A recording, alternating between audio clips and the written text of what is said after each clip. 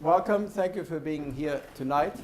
And we are extraordinarily grateful, at least I am, that Graham Allison is here. And there's a reason. Not only because he's very special, and we're going to learn a lot, but because we at the Institute, from the very beginning, when Nathan Gardels and I founded the Institute, we've always been interested in politics and the cultures behind politics. And from the very beginning, we felt that the two extremes almost, let's say China and America, Western thinking, democracy, and a civilization that's much older than ours in China, really are the two cultures, two political systems that drew us in terms of learnings and in terms of comparison. And China and the West are really two different ways of looking at the world, but they are today extraordinarily significant. Meaning that China, half a century ago, was an important country, but today it's almost half of the world in terms of power. And the fact that we can think about it, work on it, and we have a China Center at the Institute in addition to what we're doing in the West, but the fact that we can engage with people, and we have fellows in China, Tsinghua and at Veda, but the fact that we can engage with someone like Graham Allison, who's at Harvard, has been at the Kennedy School for how long? A long time. A long time. And is really one of the great political thinkers, but really one of the great specialists on China. Well, we are glad that you're here. You have a book that everyone should probably buy and read. And Nathan will interview or have a conversation with Graham. We have to thank Craig Calhoun, who is our president, and we borrowed his house for the evening. So thank you for being here. Thank you. Nicholas, I had the cringe when you said Graham is a very special person. That's what Trump said about Xi Jinping. Both you and Xi Jinping are special people to us Americans. He said he was a strong man. Yes. So the book that Graham has just written is a sober subject for a balmy Southern California night. Destined for War: Can America and China Escape the Thucydides Trap? There's copies of it in the next room there. For those who don't know, Graham has been around the security establishment for ages, was Assistant Secretary of Defense, the legendary founder of the Kennedy School of Government at Harvard, and most recently calls himself an applied historian, and suggested that presidents should have an advisor to the National Security Council, a cabinet officer, an applied historian, to let them know the lessons of the past so they don't repeat them again. And that's the subject we're going to talk about tonight. So let's start with the idea of the Thucydides trap. And I want to ask Graham to explain what that is. But it's a well-known thesis now among those who are involved in getting stuck in the Thucydides trap. So let me read you a quote. When Nicholas and I were in China a couple years ago to meet President Xi Jinping, he said, quoting Xi Jinping, "The argument that strong countries are bound to seek hegemony does not apply to China," he said. "This is not in the DNA of the country given our long historical and cultural background." Then he said, Xi Jinping, "We all need to work together to avoid the Thucydides trap. Destructive tensions between an emerging power and established powers, or between established powers themselves." So 2 questions. First, just to explain to our audience here what the Thucydides trap is and why it's a concern to you now. And then let's talk about who's the bad guy in falling into the Thucydides trap. Is it US, or is it China, or is it both? So first, let me say thank you for coming tonight, and especially thank you to Nicholas for organizing this, and for Nathan for doing the interview. I'm big fans of Nicholas and Nathan, big fan of the Institute. I think that the efforts to try to take ideas seriously, ideas in the world of philosophy, ideas in the world of drama and literature, ideas in the domain of history, especially applied history, is absolutely what we need for trying to help illuminate the buzzing, blooming confusion that we all face today.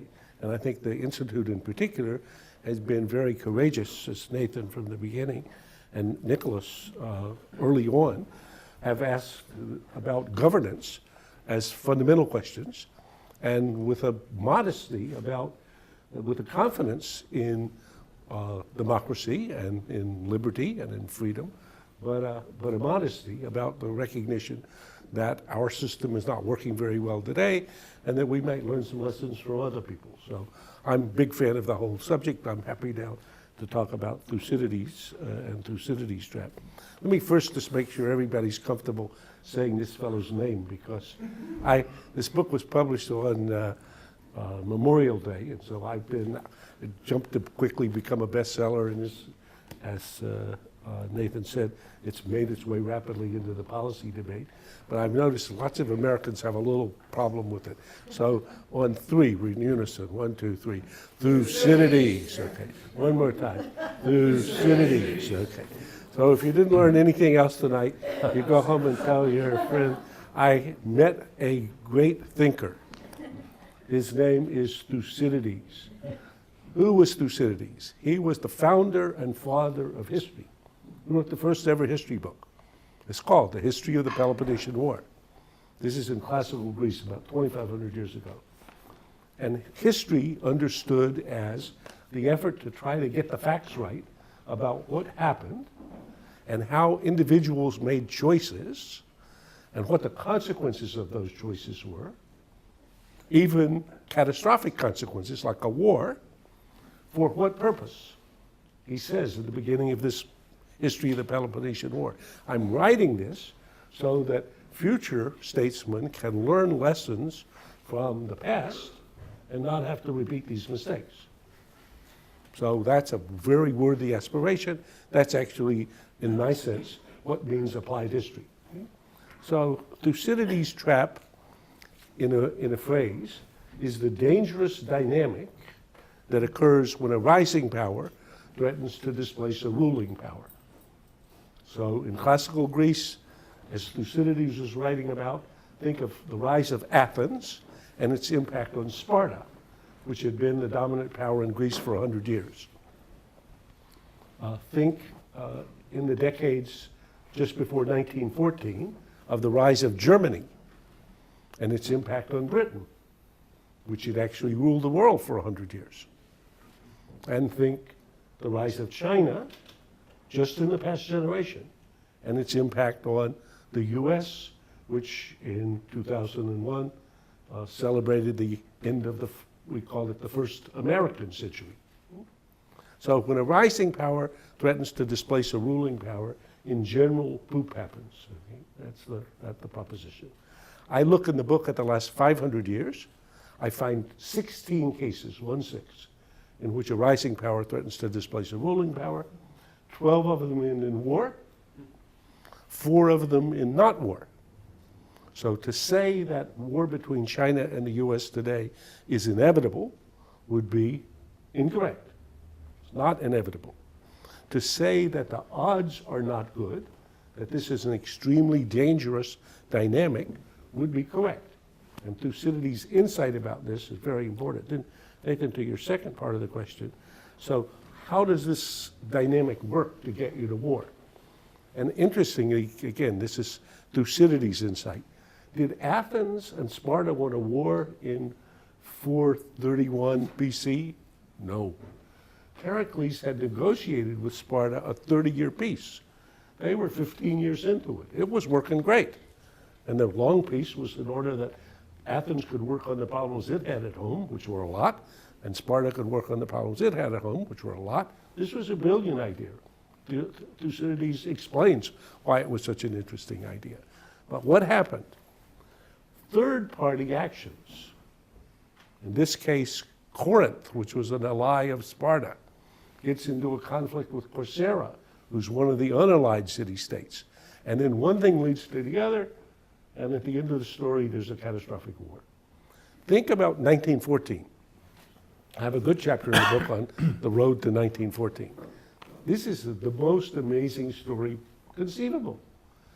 How could the assassination of a relatively minor archduke who happened to be visiting Sarajevo and was killed by a Serbian terrorist have created a fire that burned down the whole House of Europe? I mean, the whole story makes no sense.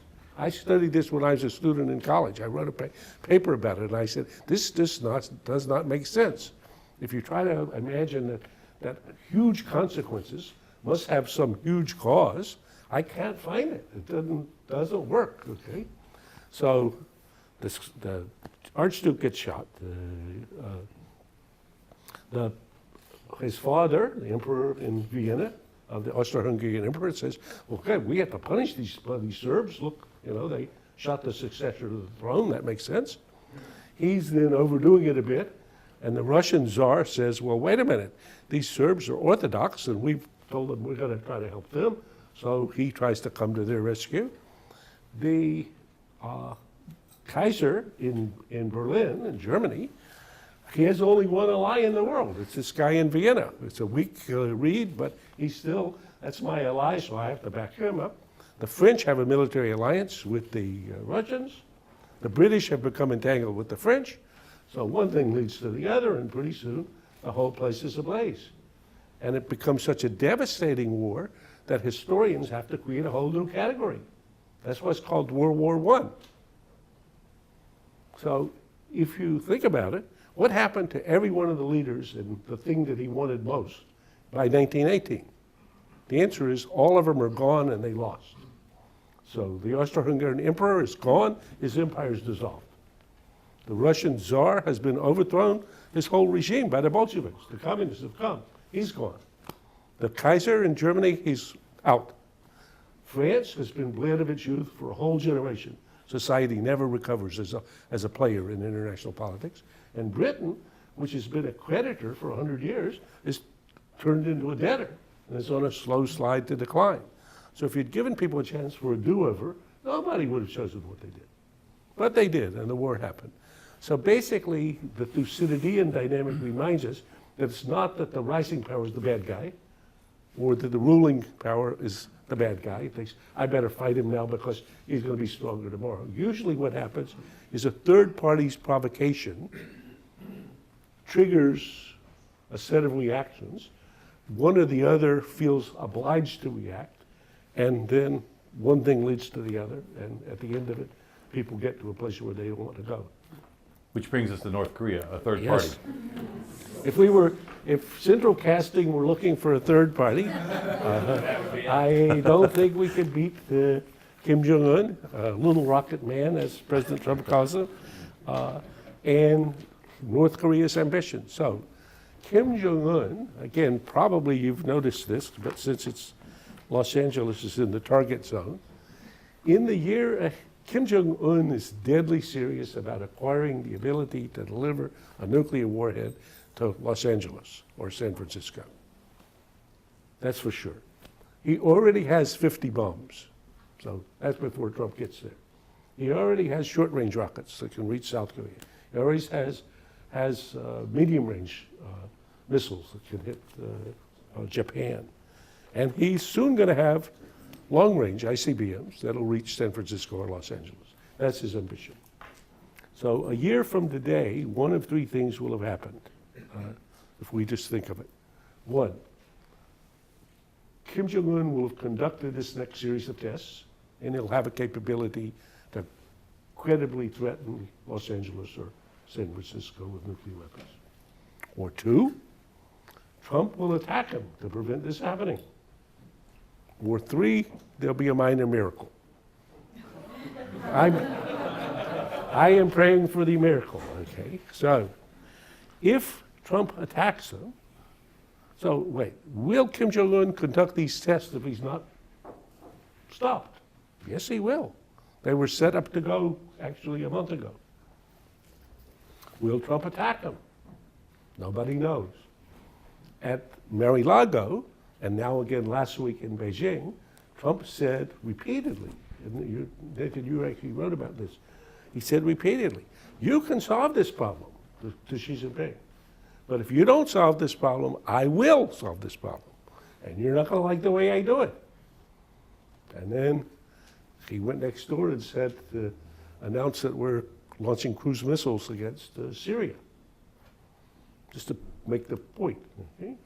So can Trump launch cruise missiles against North Korea that prevent North Korea testing ICBMs? Absolutely, that's easy. The question is what happens next? And if you look at Mattis's testimony, he says, well, next they attack Seoul. They can kill tens of thousands of people overnight. And then we respond to that by suppressing all that so they can't kill more people. And then that's the initiation of the Second Korean War. And Mattis says, remember, we can win this war, but it will be catastrophic. So tens of thousands of Americans died, and hundreds of thousands of Chinese, mostly killed by each other, in the First Korean War. That's in 1950. So I would say, we're going to stay tuned, and we'll be on the edge of our seats. But Kim Jong-un will complete these tests unless he's prevented. Trump says, well, we won't know until we see what he does, that he'll attack him if that's the only way to prevent him stopping. And it's the minor miracle that I'm praying for, is that somehow on the sideline of the conversations they had in Beijing, they decided to sit down and talk Turkey and say, wait a minute, we're both adults. We're not going to allow this jerk to pull the two of us into a war that we don't want. Let's see what we can do jointly to stop him. And I think if they put 2 or 3 people off in a corner for a day or two and said, come back with 3 ugly options that we won't like, but will nonetheless be better than what we're otherwise going to get, they would come up with something. Some argue how this relates to a conflict between the U.S. and China. The questions are, in the event of an attack on North Korea, would China come to North Korea's aid, as one? Some people argue that the Chinese are using the North Korean crisis to help fragment the U.S. alliance, because the most nervous people, as you suggested, are the South Koreans and the Japanese, yes. Which exactly the Chinese wants to split away from the U.S. alliance. So so one is kind of, will there be a direct confrontation with China if there's an invasion, and if there's not, it's a slow. Is there a word for a slow Thucydides? You're slipping into the Thucydides trap with this erosion of the alliance system. Well, that's a great question, and you, as usual, always go to the heart of the matter. So basically, the Thucydidean dynamic is the underlying drama here. The North Korean crisis is an overlay on this drama. So they're not the challenge of a rising power that's threatening to displace a ruling power. If this was an issue, let's say between the US and Britain, and Ireland was doing something we didn't like, we would sit down and in an hour figure out what to do. In this relationship, the Chinese think that the real problem is us. So I was in Beijing about 2 months ago talking to, again, some people in their security establishment. And one of the fellows whom I've known for a long time said, to tell the truth, there would be no problem on the Korean Peninsula if you weren't there. I said, wait a minute, the problem on the Korean Peninsula is Kim Jong-un trying to attack us. He said, no, if you weren't there, what would happen? He said, Korea would be unified, the government would be subservient to us, would be a tributary. We wouldn't even imagine it having nuclear weapons, no more than we let Vietnam have nuclear weapons or Myanmar. So the problem is you. So I said, well, let me tell you my story. Okay? We didn't come there of our own accord. You're in a lie. North Korea attacked South Korea in 1950. We came to the rescue, just barely. We then pushed North Korea back up the peninsula. Maybe we were a little exuberant and we came too close to your border and we got into a war with you. We didn't want to have that. But then after, there was an armistice. And then what happened? Well, one country became one of the showcases of the world. And one became one of the armpits of the world. So North Korea is a hopeless, terrible, prison that starves its own people. South Korea is the 13th largest economy in the world, a vibrant democracy. We're very proud of South Korea. So I said, we're not going anywhere. And he said, well, there's the problem. So the ability to separate the solution to the North Korean problem from the underlying dynamic is extremely difficult. And it means then that while certainly Xi Jinping does not want Kim Jong-un to provoke Trump, and Trump is not trying to punish Xi Jinping for Kim Jong-un testing ICBMs, he just wants him to stop. If Kim Jong-un just in his own accord does what he's going to do unless somebody stops him, then Trump is probably, or might well do something. And if he does something, then we might have a second Korean War. And then to jump to the last part of your question. So I think the Chinese government has said a couple of times, if the US attacks North Korea out of the blue, it will support North Korea. But if North Korea attacks South Korea or the US, don't count on us to bail you out. That's what they said. So that part, I think, is probably right. I think the place where I think we're most likely to stumble into a war between the US and China, though, would be if we attack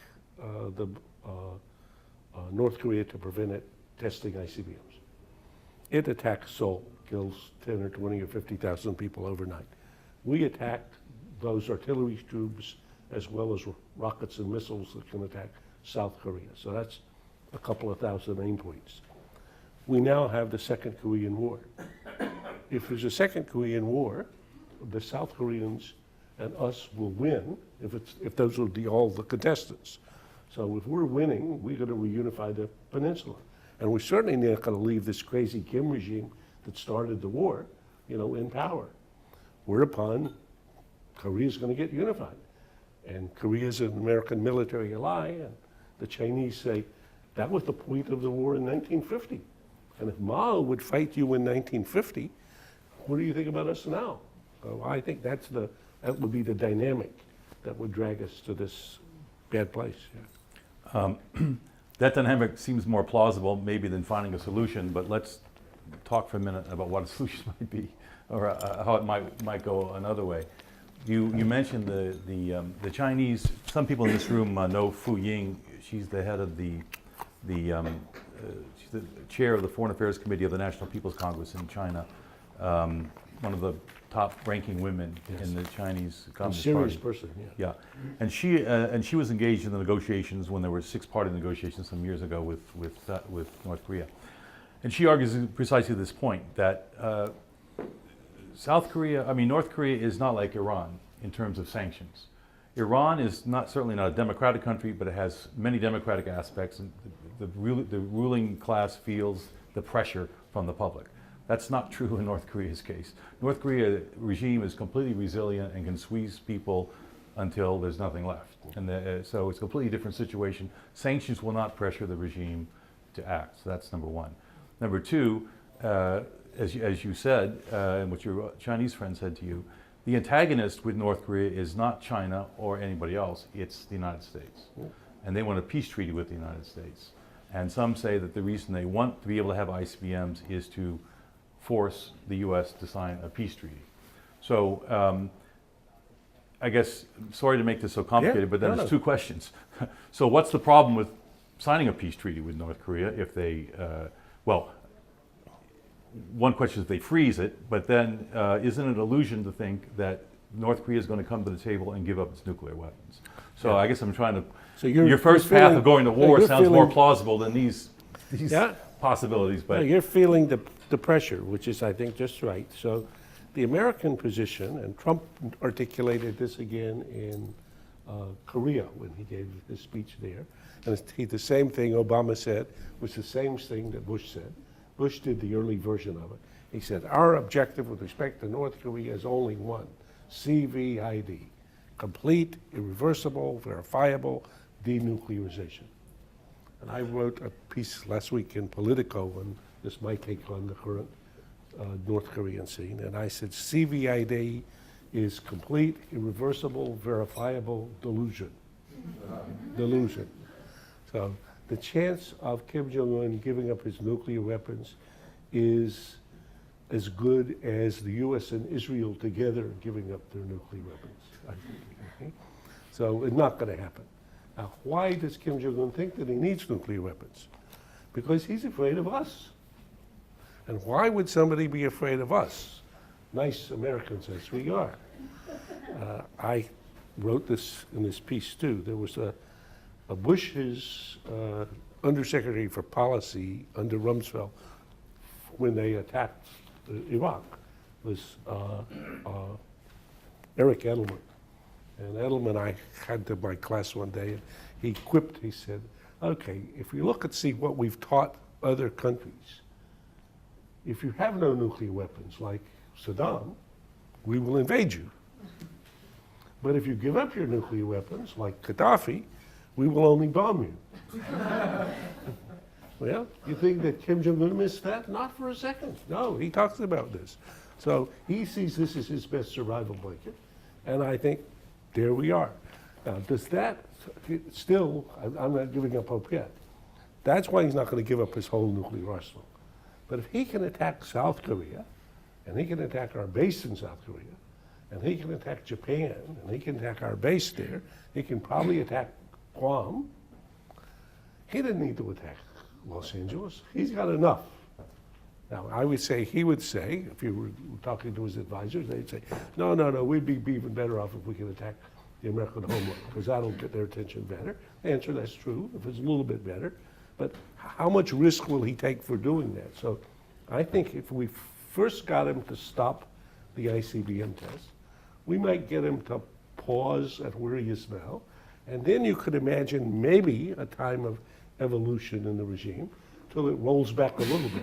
But I think it's going to be a long, long, long road back to try to get to somewhere safer for us. Yeah. And the U.S. would be proposing at the end of the road some kind of a peace treaty. Just to be clear for those who don't follow it, there's an armistice between North and South Korea and the U.S., but not a peace treaty. Right. It's just a ceasefire, basically. But down the road, that's what the U.S. has to offer. Yes, but even on that one, I would say it's more complicated, because I don't think he will believe a piece of paper from the U.S. that's a peace treaty that will provide him assurances. You know, it'll be better than the armistice. He wants a peace treaty. He wants it actually, I think, because he thinks it'll legitimize the Kim.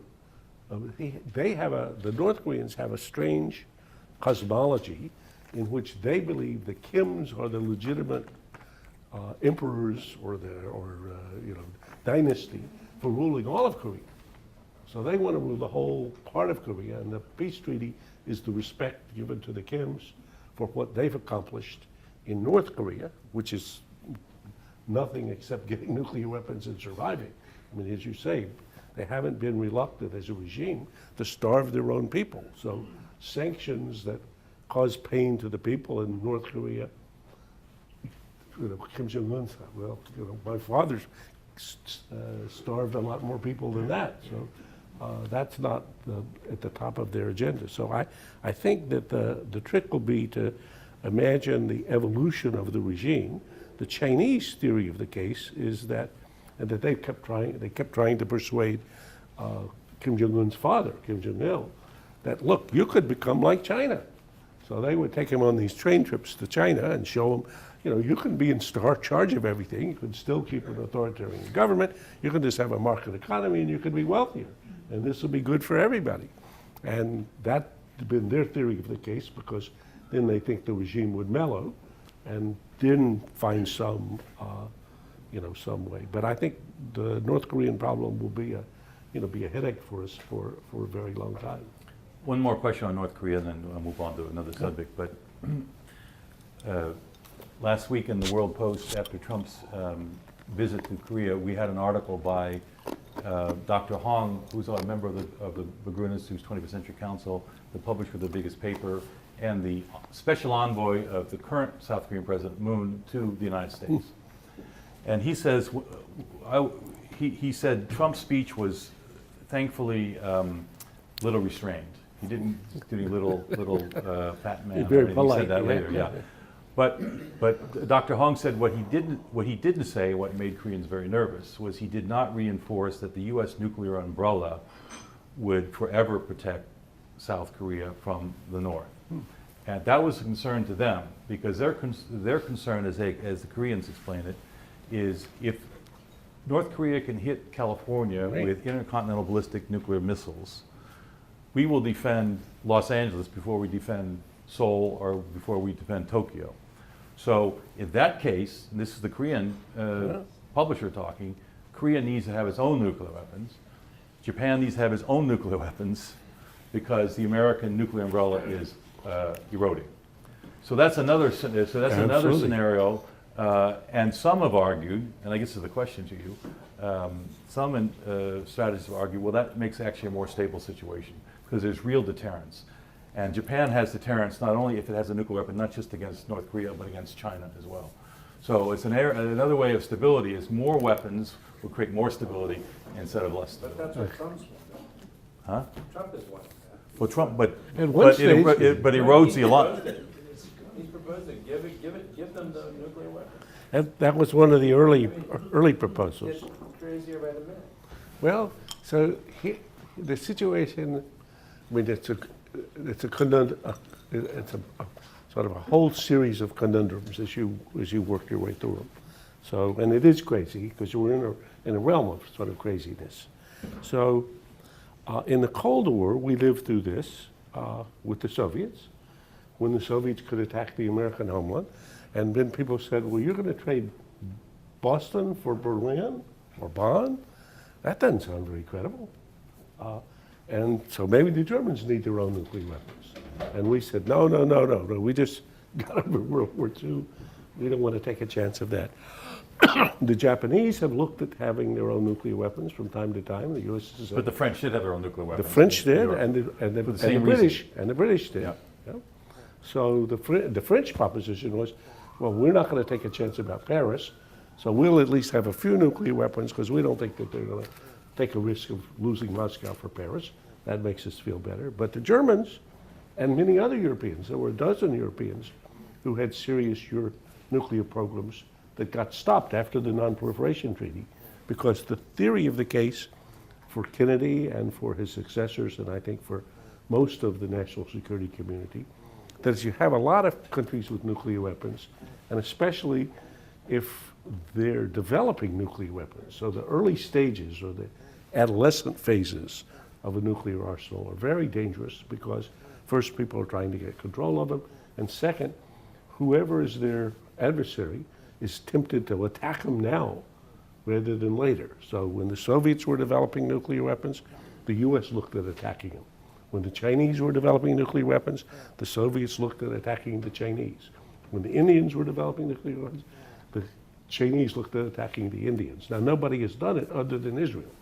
The Israelis are the only ones who have simply said, we have an affirmative non-proliferation policy. If you're developing nuclear weapons in our neighborhood, we will attack you. And they did that in Sarak in 1981 with the Iraqis. And then in 2007, when the Syrians were building, the North Koreans sold the Syrians a nuclear reactor that would have produced a half dozen bombs worth of plutonium by now if the Israelis hadn't bombed it. So I think that the U.S. will continue to make an effort to reassure South Korea and Japan, unless Trump goes off on some other, tangent. But the mainstream would do that.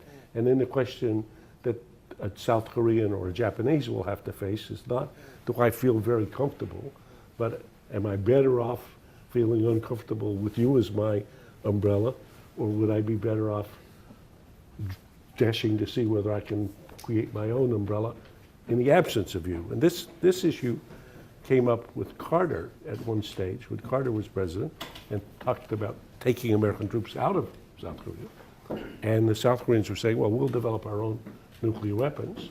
And the U.S. said, well, you can have your choice between defending yourself with your own nuclear weapons or having American troops there. And they decided they were better off with the American troops there. but they'll become less and less comfortable. That, I mean, your structural point is just right. The more Kim Jong-un can threaten Los Angeles, the more implausible it'll seem to South Koreans or the Japanese that the U.S. is going to risk Los Angeles for their cities. Yeah. If Trump's president, he might risk California for I should say, only blue, Democratic state. yeah, only blue states. the blue states. He'll sacrifice the only blue blue states. states. But the problem is, just one footnote on that, he's not going to stop with the missiles that can only reach California. He's going to keep reaching further. So you need to understand, they're going to get all the way to every one of the Trump Mar-a-Lago. hotels. Yes.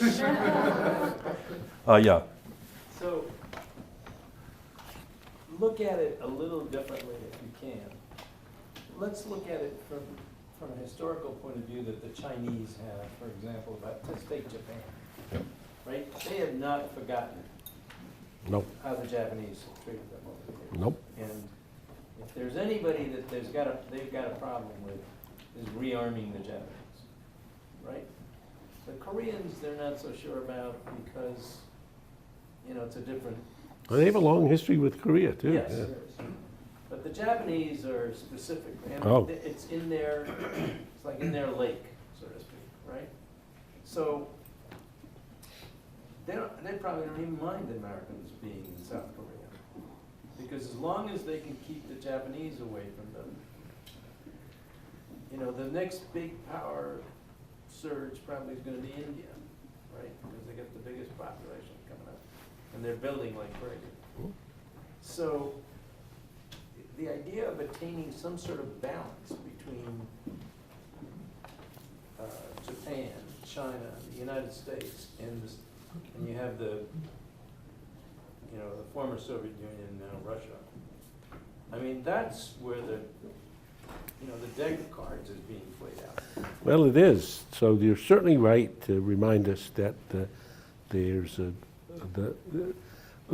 all these countries have long histories with each other. Yeah. The Chinese history, which we should remember, they simply think they're coming back to normal. Their story is, for 5,000 years, we ruled everything that we could see. We were the center of the universe. China in Mandarin, it means middle kingdom. We're like the sun and everybody revolves around us. So, but 200 years ago, some foreigners showed up, Europeans, with technology, and they began imperializing us and exploiting us and humiliating us. And that was what we experienced for all these 200 years. But that was a modest interruption, and that period is now over, and we're now big enough and strong enough that we're going to stand up and defend ourselves and no longer be humiliated. So that's their big picture. Now, in that picture, Korea has always been a vassal or a tributary state, and Japan, they even imagine, was always a tributary state. But it participated in this period when we were weak in the centuries of humiliation in imperializing us and killing lots of people. So they remember the rape of Nanking and all of it vividly. So in the Chinese sort of popular television or movies, if you want to have a villain, they roll out the Japanese. It's always a winning case. And actually in Japan, if you're looking for a villain, the Chinese feature very, very prominently. So that's a big dynamic. For a long time, when I was in the government working for the Clinton administration, we would try to explain to Chinese, if we were not in Korea and Japan are going to get their own nuclear weapons, and then you're going to be left to deal with them yourself. That's going to be your problem.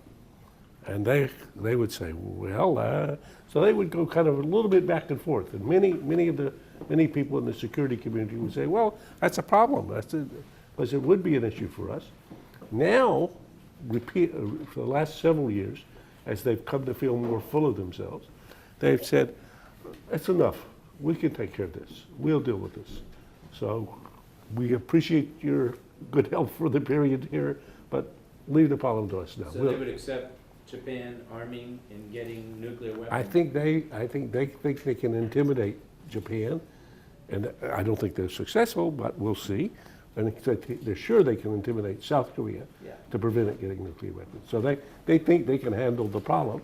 I think you and I think this is going to be like rolling the dice and see what happens. So to go back to the Trump and the Thucydides trap, there's another another element aside from the security one, which is the economic one.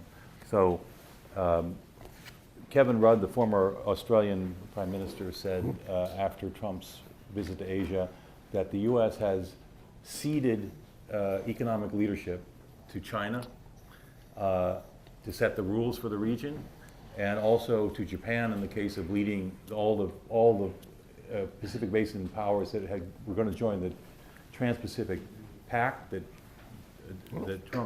Free Trade Pact of Asia. They're all going to go forward with it, Canada, Mexico included. So how does that fit into the growing tension where the U.S. is basically giving away the economic element to the rising power? Well, several people have asked me about this. Actually, somebody in the government at a high level asked me, he said, I go back through all your cases, and can you see any analogs for the ruling power giving up areas of its advantage in relations with other parties? And I have not been able to find a precedent for this. Maybe there is one, but not in the cases that I have. And I only looked at the last 500 years, so I'm trying to look further. I don't know obviously I don't know, the history of the earlier periods as well.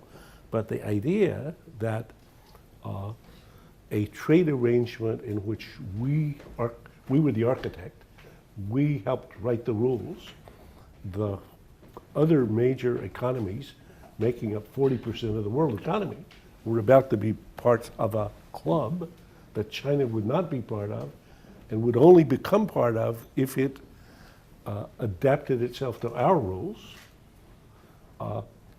In the Thucydidean story, that sounds like what the ruling power normally tries to do in order to manage the adjustments. Or similarly, in areas that are maybe more symbolic, at least in the short run, like climate, the ruling power in general kind of even clings to symbolic or the role of leadership roles. So the idea of the ruling power vacating leadership roles or vacating positions of strength, I think, is a rare case. Now, Graham, we were actually late to the table on that because it was Brunei, New Zealand, and Singapore. We didn't get into the Trans-Pacific Partnership for 3 years after they'd already launched it. And it was after that we began to exert a little leadership. that's true, but now, having negotiated it, and the parties having paid the price in their own domestic politics for winning support for it, and then for the architect of it to absent himself, is a pretty odd picture. And now whether they're going to put the thing together by themselves, which is what a number of people are now betting, that would be very interesting if it happens. And then maybe, I hope they do, and then I think we maybe can come late to the party. Yeah. One other question, then I'll go to the people and ask questions. But final question about how to deal with China for the West. So a new idea that I'm talking about Trump a lot because he just came back from Asia, and that's where the Thucydides trap is, right? So one thing that Trump trotted out a new phrase on this trip to Asia called the Indo-Pacific instead of Asian Pacific. The Asian Pacific had meant from the time of liberalization in China, or Nixon's opening China, as the community of Pacific and East Asia. This new term, as Trump was using it and as Secretary Tillerson was using it, is meant to join India, Japan, Australia, and the US against the democracies against China. And the Indo-Pacific, because 80% Indian Ocean, yeah. 80% of the energy supplies that come to China come through the Malacca Strait, which is in the Indian Ocean. So it's a choke point for the Chinese. So this is emerging as a new kind of Cold War. That's my question to you. Is this emerging as a new kind of division, a Cold War division that Trump and the Japanese are really pushing it, but Trump seems to be going along with it? And it just reminds me, because you're a Singapore expert as well, we've talked about Singapore, something that George Yeo, a former foreign minister of Singapore, said, that everyone in Asia wants to be America's friend, but no one can be China's enemy. That's right. You can't divide the... That I think Yo understands it extremely well. So even the Australians, who've been America's most reliable military ally, fought in every war with the U.S. since the First World War. Or the Australians would say, we have fought with them since we arrived late to that war, in their view. They were there before. But in any case, the Australians say to the U.S., don't make us choose between our primary economic set of relationships, which are with China, and our primary security friend, which is you. Because if we have to choose, you're not going to like it. So basically, because China has exploded in the region, and again, for those of you who haven't followed China, the first chapter of my book is basically called The Rise of China.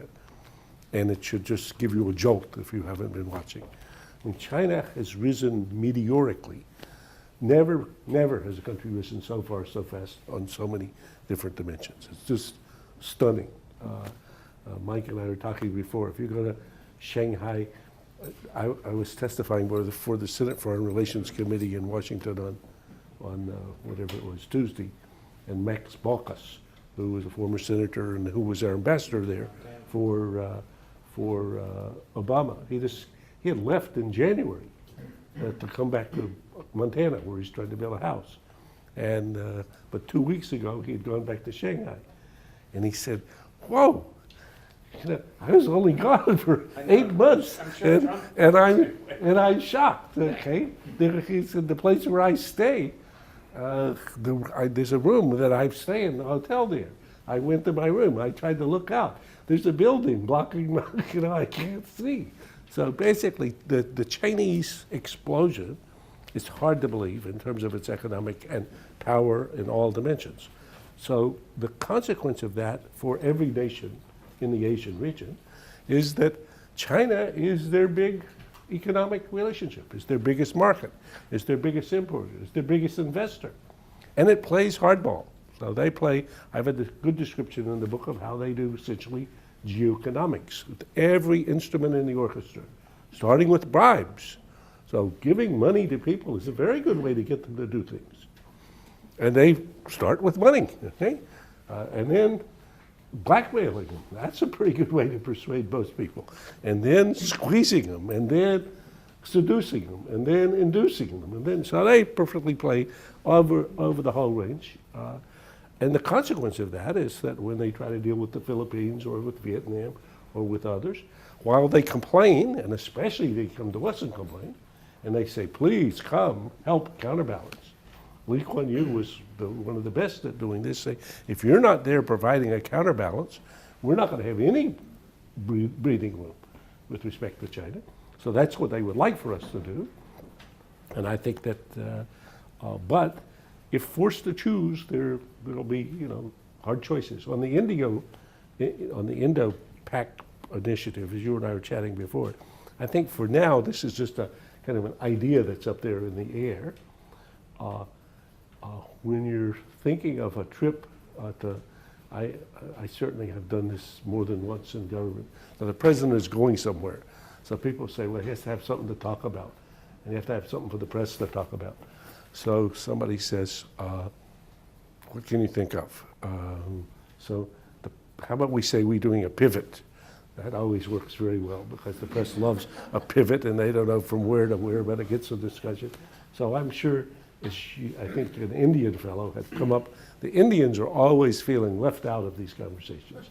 So if they can get India or Indo or anything like that into an initiative, they're quite keen about it. Whether there's going to be any there, I'd be suspicious. Okay, speaking of pivot, let's go Jonathan, and then Jonathan first. Graham, let me push you a little bit. Please. on something. Please. I went back and actually looked at the 16 cases. Thank you. And what happened with, just sort of easy sort. Yeah.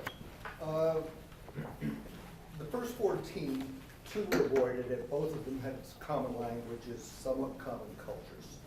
Those were seemed to be the way out. The last 2 crises, the ones since in the last 50 years, were both avoided. So of your 16, number 15 and 16, Both, no war, yep. and in both cases, there seem to be 2 things that have changed. And I'd like to push you on sort of how fundamental Sure. that is. The first, which you mentioned a lot, is the nuclear. I think it was your colleague, George Bundy, who said, the great miracle of the post-war is nobody's used nuclear work on the population centers. And the fact is, you've been focusing on nuclear as just sort of a little bit more of a push. And it still seems that nuclear is seen Oh, it's a as big deal. pushing the boundary that nobody's been willing to go there. So that may have inhibited, particularly on the US Soviet one, pushing further. The second thing that seems, I wonder if you would comment a little bit more, is the technology. The internet it's commonly said the internet changes everything. Now that doesn't mean very much until you unpack it. But the internet and communications, going back again to the phone link, or actually it was a telegraph link between Moscow and the US. Since that time, the technology has improved a good deal. Now, what Mr. Trump will do and what, Korea and the Trump administration have been wild cards, given that. But how does the fact that nuclear is really different, and the fact that the new technology is actually making things much likely, does that sort of mean that the Thucydides trap is really a fundamentally different thing today than it was It's a before? great question. And One other just aside, weren't Ernie May and Dick Neustadt essentially your policy, you were suggesting an applied historian, weren't they? Yes. Did they do it already? they were the foundation of applied, or of attempt to revise applied history, absolutely, which we're trying to build on now. So actually the postdoc fellows that I support at the Belfer Center now are called Ernie May Applied History Fellows, because they're just trying to grow up in his, to fill his shoes. And all I'm trying to do is promote this domain. The book is another entry into this effort. So in the 16 cases, you're absolutely right that only 2 of them occur in the nuclear age. So first the Cold War, and nuclear weapons were the substructure of the Cold War, because as the US and the Soviet Union acquired nuclear arsenals at the level that became what was called MAD, mutual assured destruction, I can't attack you in a full-scale war without committing suicide. Well, that makes me pretty cautious. So that had a huge cautionary effect. We, of course, should remember, though, that even with all that cautionary effect, in the Cuban Missile Crisis, Kennedy thought there was a 1 in 3 chance of going to a nuclear war that would kill 100 million people, and played the hand out. And as a historian analyzing it after the fact, that was not an exaggeration. Actually, there were more risks than he even knew. So that doesn't mean you don't get a free pass, but it certainly does lead to huge caution. That's right. So on your second point, how technologies are impacting this. Surely technologies of communication have made it possible to talk now instantly. So if Xi and Trump want to talk on the phone, they can get on the phone in 30 seconds or a minute, as long as they can find each other. Twitter. They can even just tweet, and I'm not sure if if she is watching his tweets all the time, but probably there's enough Chinese that he has somebody who's watching, I'm sure. So, but if you look at the array of technologies, yes, it certainly helps to be able to communicate directly. That's for sure. And in the Cuban Missile Crisis, the fact that you had a 12-hour lag in the communications was quite dangerous. And that's why we then built the hotline after that in order to allow, direct communication. And now it's even quicker and better. But if you look at other technologies, two in particular I discuss in the book as accelerants to war. So I have a chapter in the book called From Here to War, which traces 5 paths, very plausible paths, from where we are to actually Americans and Chinese killing each other, to remind us how dangerous this is, and then to hope that we'll address them to try to prevent them. North Korea is the one we've been talking about. Taiwan is another good case. If we determine that we're going to support an independent Taiwan, there's no question in the world the Chinese will fight over that. I think that's why we're not going to support an independent Taiwan. We're trying to manage this. If there's a collision in ships or planes in the South China Sea or the East China Sea, you could have an escalation ladder. So these accelerants in this, 2 technologies that have become especially important are first satellites, which are the eyes and ears for everything now. So the US relies extremely on satellites for all of our intelligence. That's how we get our targets, all of our information about what's going on, but also for all of our command and control. So early on in a war, if there were a conflict, even in the South China Sea or in Korea, if I were playing the Chinese hand, I would destroy the American satellites. So now they're not able to see what's going on, and they're hardly able to command their own forces. Is this a huge vulnerability for us? Yes. An asymmetrical vulnerability? Yes. It's been a vulnerability for a long time? Yes. Is it a shame that we haven't fixed it? Yes, but it's there. Secondly, cyber. So if you imagine a conflict in the area and trying to keep it local, so if it was just a war on the Korean Peninsula and you're not touching the homeland of China or the US, that may be manageable. But the Chinese will use missiles that they've developed and have deployed on their mainland to attack American ships. So the reason why our carriers have now moved out beyond the first island chain, which is the line that goes from Japan down to the Philippines, is that they are vulnerable if they're inside the first island chain. But our aircraft on aircraft carriers can't reach China or even Korea to attack it from this distant location. So this dynamic, from the Chinese mainland they attack American ships or our procedures would be to attack the missile sites wherever they came from that could be on the Chinese mainland. And the Chinese would then, I think, reach out and touch the US with cyber, like closing down electricity grids or many other things that are within their scope. So that's another way you could get the thing to accelerate. So the technology's cut both ways. Sorry, that's a long answer, but it's a big question. Here and then there and here. Three more. Okay. Okay, thank you. I'd like to build on this gentleman's question of communication.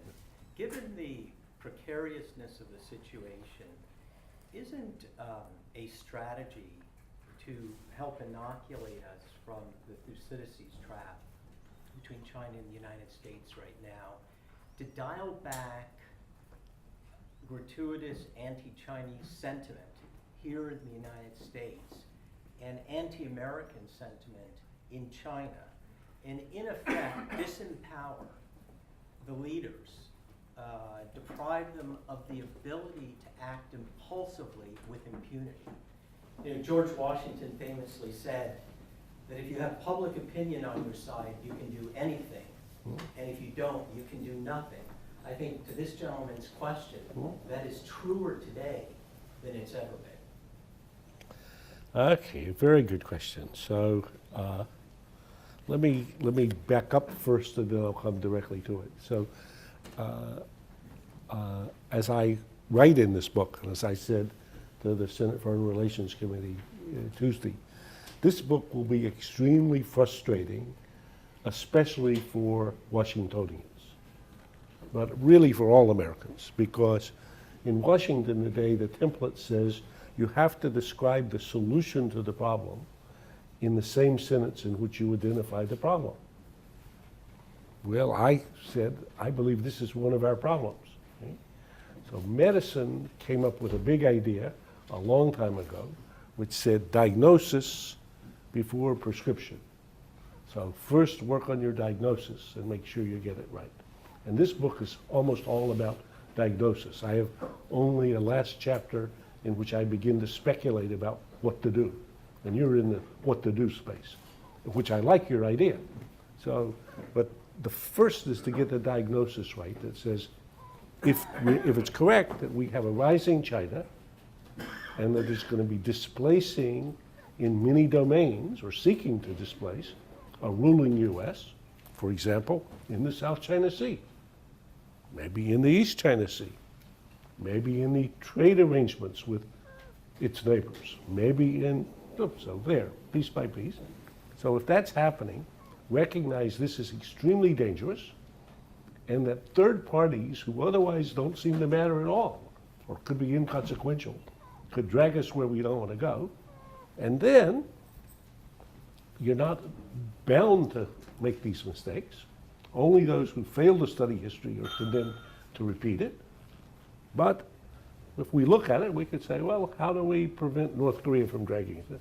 How do we deal with the Taiwan thing? How do we deal with the South China Sea? How do we? So I think quite a lot of opportunities for invention. And similarly, if we take account of the fact that we have some areas of extremely important, even vital, common interests. So first off, nuclear weapons. We can't have a nuclear war because if we were to have a full-scale nuclear war, it would be catastrophic. So that's economics. We've got a deeply, thickly intertangled economies from which we both benefit. Now maybe the odds, or maybe the terms have not been quite right. I think Trump is right on this to some extent, but to be adjusted. But still, overall, because of the trading arrangements, we're both richer than we would be otherwise. Climate. If the two countries can't find a way to deal with climate, then 100 years from now, we're all going to have an uninhabitable climate. So that common interest that we're going to have to. So if we did the context of the areas of agreement, then I think having a much more positive attitude about, gee, we're solving problems together. And the reason why I held out this little crack of hope, this is really what I'm hoping for on Korea, if Trump and Xi were together able to stop Kim Jong-un from advancing this nuclear program, even for a year, all of a sudden they would feel extremely empowered to have thought, gee, when we try to do something together, I think we can make some progress. And I think that would provide a crack for then a lot more imagination. So what I plead in the end of the book is that we need a surge of imagination outside the parameters of the traditional conversation about how to deal with this problem, because I don't think the solutions that we have currently on the table are going to get there. You know, I just want to make one comment on this one point. I've been working on a project about the Cuban Missile Crisis. And what's interesting about the dynamics there is about three characters. It's Castro, Khrushchev, and Kennedy. And it's these three guys that basically needed to figure out a way not to get into a confrontation. Whether you tell somebody that you took the missiles out of Turkey or not, it's another issue. Whether you tell somebody that you've got submarines underneath you or close to New York, it's another issue. But I don't feel very safe with Trump.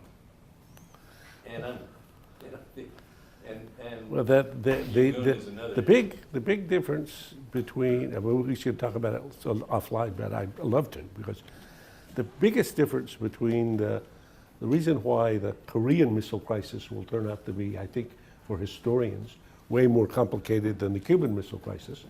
In the Cuban Missile Crisis, there were two major actors, Khrushchev and Kennedy. There was a third actor who was eager to get into the act. always trying to get into the act. But the two major actors were keeping him on the sideline. He only provided the theater for the events. And when he had a chance to do anything, he made things worse.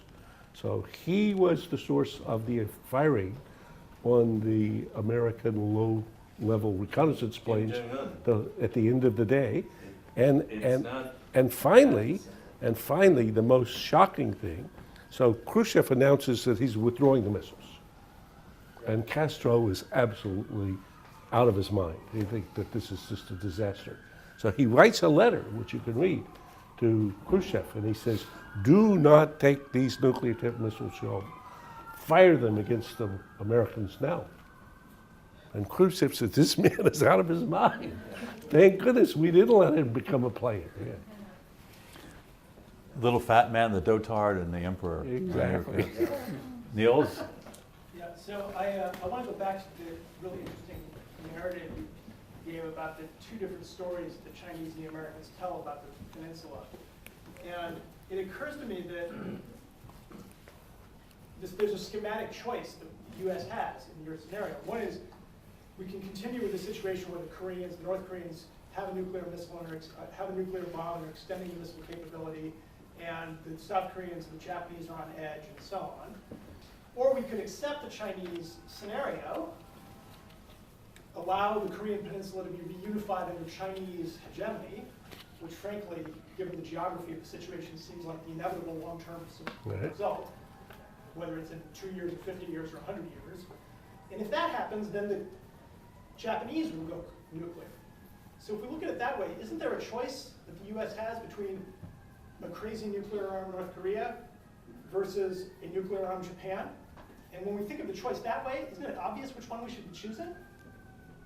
Well, your logic is working well, I think, and I mean, but these are two pretty damnable options. So I think, so let me make sure unless I miss.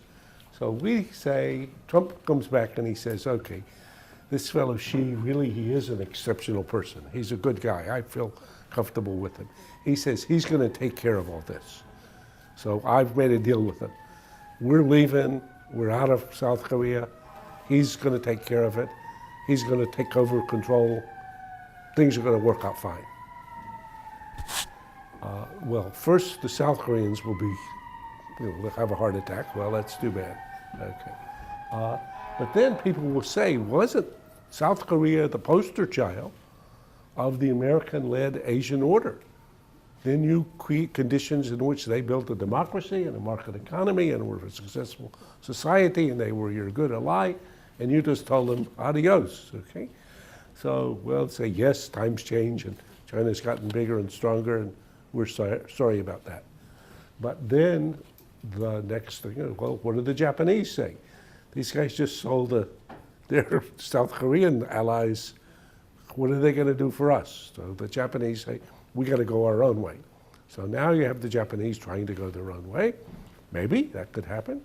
Now you have a competition between Japan and China, and maybe what's happening in South Korea. The Australians are going to, so basically the Asian order as we've known it, which is changing, would be changed very dramatically. Now maybe, and Chinese say, look, you have the Monroe Doctrine in your hemisphere. The world is big enough. Actually, Xi Jinping said this to Trump just last week. He said, the Pacific is big enough for both of us.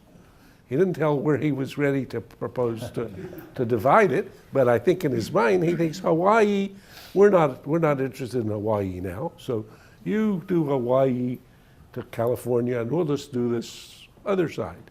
But there's a lot of other countries there who think this is not a great idea, and Asia has actually been the most vital and most vigorous part of the globe. So kind of cutting ourselves out of that would be a big deal. Yeah. That woman there, and then this gentleman. So you proposed something that would happen if, let's say, Trump attacked in the next 3 years, North Korea, and you mentioned a couple of things about what would happen with China and how China would respond. And I'm wondering, where do you think Russia plays into that conflict? And there's a very interesting relationship between China. It's a great question. It's a great question. So most Americans think that, and most of the Washington community thinks that China and Russia cannot have a good relationship because they share a long border, they have a complicated history.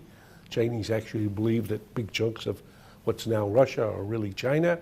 If you go to the PLA headquarters in Beijing, they got a map up on the wall, and Vladivostok is still part of China in that map. I was once there visiting when I was in the government, and I was shocked. I looked at that, he said, oh, that's just a historical map. But that was the map. Applied history. That was just historical. Okay. So the fact is that today, the relationship between China and Russia, which is the relationship between Xi Jinping and Putin, is very thick. Very thick. They talk almost all the time. Every week.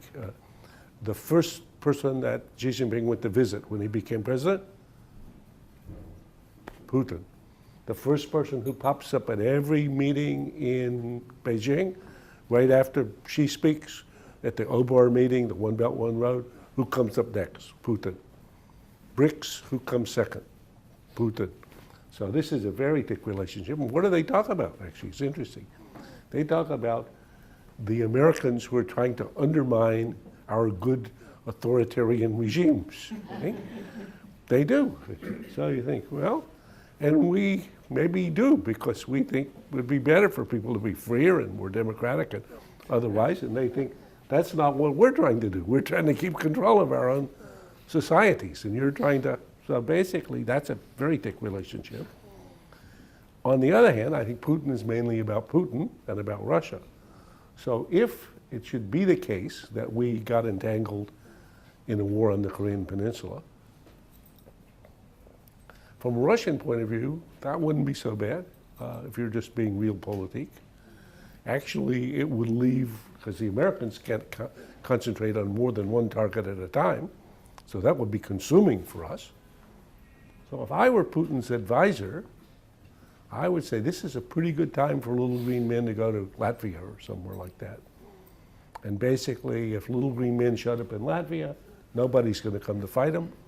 And if one of the Balts were to fall under Russian influence the way Crimea did, NATO will unravel pretty quickly. And in the Russian agenda, that'll leave a Europe that's much more divided than it'll be to their advantage. So I gave my students, in my course, every week I give them a case that they have to write a memo, saying what would they do for McMaster with 3 options. And the one 2 weeks ago was Russian little green men into Latvia.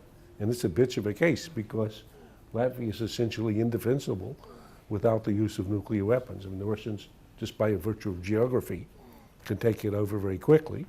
And then the question is only whether we want to go to war with them to try to recover it. So the last question was essentially my question. Oh, I'm sorry. I kind of continue it a little bit. It seemingly in the last decade, Russia's, in their foreign policy, Russia's and China's foreign policy have allied at the antipole to Yes. U.S. and Western interests, but in a slightly different way.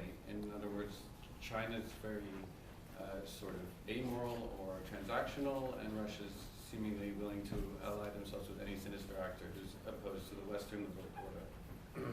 So this relationship is thick, and in your 3 scenarios, I'm wondering if living inside the small miracle part is this sort of diplomatic task of leveraging discord between the two. So Russia's building Sure. this internet line into North Korea.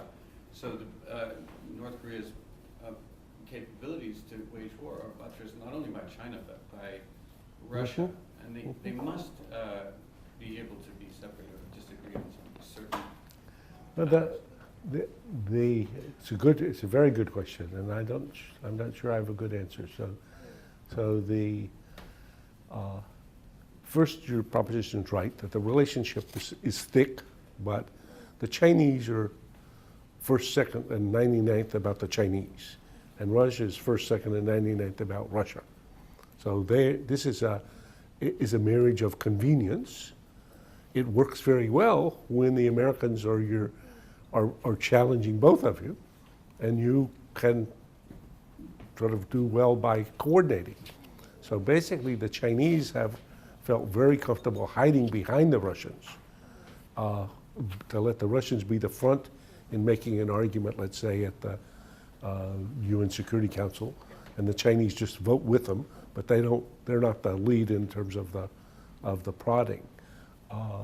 Whether in the North Korean case, there's an opportunity to help widen that divide a little bit, would be an interesting case to think about. I have to think about that one. That's a good question, but I'll think about it. Yeah, over here.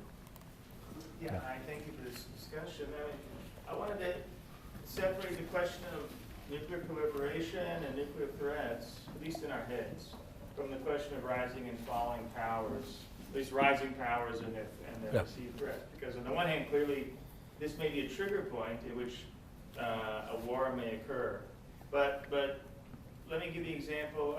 So I'm a professor at UCLA. I worked on Please. the Middle East. So the Middle East, there was this negotiated situation where a potential nuclear threat was postponed or eliminated, depending on your perspective, and that did not reduce the geopolitical tensions and the remaking of this order. Now we've seen the consequences in the last few weeks as the United States doesn't know what to do when various regional powers are still attempting to make claims in an unsettled order in which rising and falling powers are all testing out, they're kind of pushing as far as they can. They don't know how far they can push. So to extend that to East Asia, is the issue really non-proliferation as it's presented in the policy circles? I was talking to some nuclear scientists a couple weeks ago who worked on the SALT Treaty, who are in contact with the IAEA about Iran. And they said, in terms of, they think that these countries are essentially non-proliferation cases with a country attached to them, right? Yes. If they solve the nuclear question, it doesn't matter what happens, but clearly these countries have other interests. So if we remove the nuclear question, or at least keep it separate in our heads, is the North Korea issue really, is it the only issue that we should worry about? Or in fact, is this, as Nils was saying, are these general shifts something that policymakers need to become much more aware of, and maybe even, as a fait accompli, that there are some particular shifts that we need to manage in a forward sense. So I would say yes to the question, and then a little specific. So the Thucydidean dynamic is not about nuclear. Sure. Nuclear is another overlay on the underlying Thucydidean dynamic. So if there were no nuclear weapons in North Korea, but nonetheless North Korea was going to provoke a war against South Korea without nuclear weapons, that would then bring the US into a war with North Korea. That would then lead to the unification of Korea. That was an American military ally. The Chinese would be equally interested, okay, and equally active, maybe more active, because nuclear weapons has this cautionary effect. If there were no nuclear weapons, the issue of Taiwan will be a path to war between the US and China if the US is determined to support Taiwan, and China is determined that Taiwan is as much a part of China as California is part of the US. So that's just, if the Chinese, if the Americans deter or insist on remaining the principal arbiter of events in the South China Sea, which the Navy is today, and we have an opinion about who can build an island, who owns an island, we want to adjudicate things, and the Chinese are determined to push us out of that. That's a dynamic that has nothing to do with the nuclear. So I agree with you. The geopolitics comes first. Nuclear weapons just make it more complicated, and many of the people who are nukies, of whom I'm one for some part of my life, think of nuclear weapons like they were the problem and states were the footnotes. No, states are the problem, and relations among states are the problem, and nuclear weapons just make it all that much more complicated. Yeah. So, Graham, I want to thank you. I think everyone's head spinning with conundrums.